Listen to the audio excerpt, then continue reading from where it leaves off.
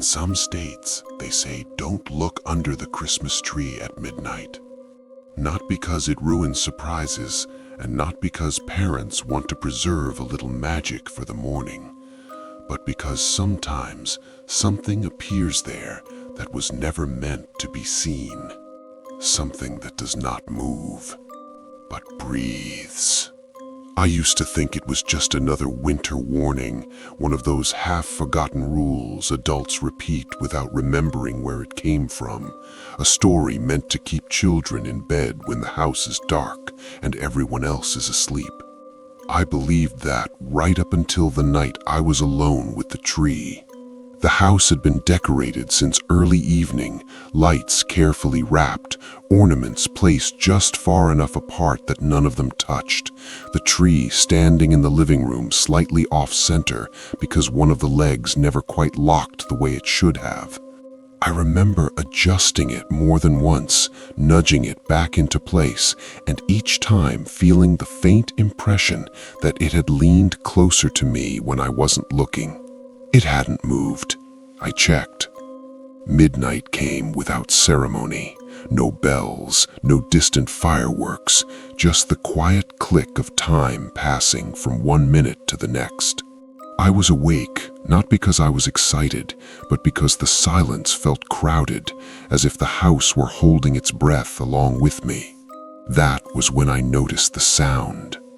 Not a noise exactly, more like the absence of one. Between my own breaths, there was a gap that didn't belong to me, a space that felt measured, patient and deliberate, as if something else was breathing in the room, but taking care not to be heard. I stayed still, staring at the ceiling, telling myself that houses settle, that winter air does strange things, that fear always looks for a shape to wear. And then I smelled the pine. Not the sharp, fresh scent of the tree itself, but something damp and cold beneath it, like snow that has been pressed too long against fabric and forgotten. I turned my head without sitting up. The living room was dark, except for the faint glow of the lights on the tree, each bulb dimmed just enough to soften the edges of everything they touched. The presents were where I had left them. The rug was flat. The shadows were normal. Almost normal. Under the tree, between the lowest branches and the floor, the darkness looked thicker, as if it had weight, as if it were pooling instead of simply existing. Whispering. I told myself not to look closer. I did, anyway.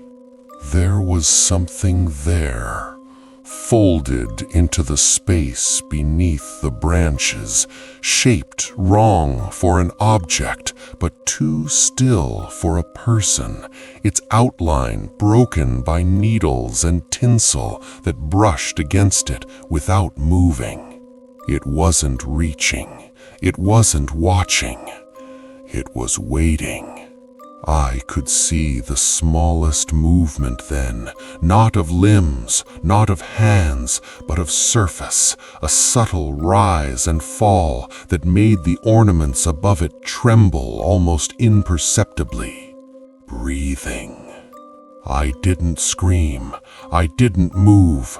Some instinct told me that motion was an invitation, that sound would finish whatever had already begun, that the rule existed for a reason far older than fear.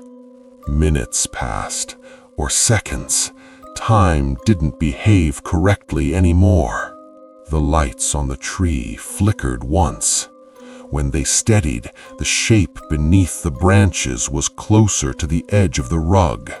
It still hadn't moved, but it was nearer. That's when I understood why they warned the children, why the ones who look first don't cry, don't scream, don't explain anything when morning comes. Because whatever breathes under the tree isn't there to chase. It's there to be seen, and once it knows you've seen it, it doesn't need to move at all. They say the children are still alive. They say they eat and sleep and grow, but they never speak again. And sometimes, years later, if you stand very still at midnight, you can hear them breathing somewhere nearby, perfectly calm, perfectly patient, as if they are still under the tree, waiting for someone else to look first.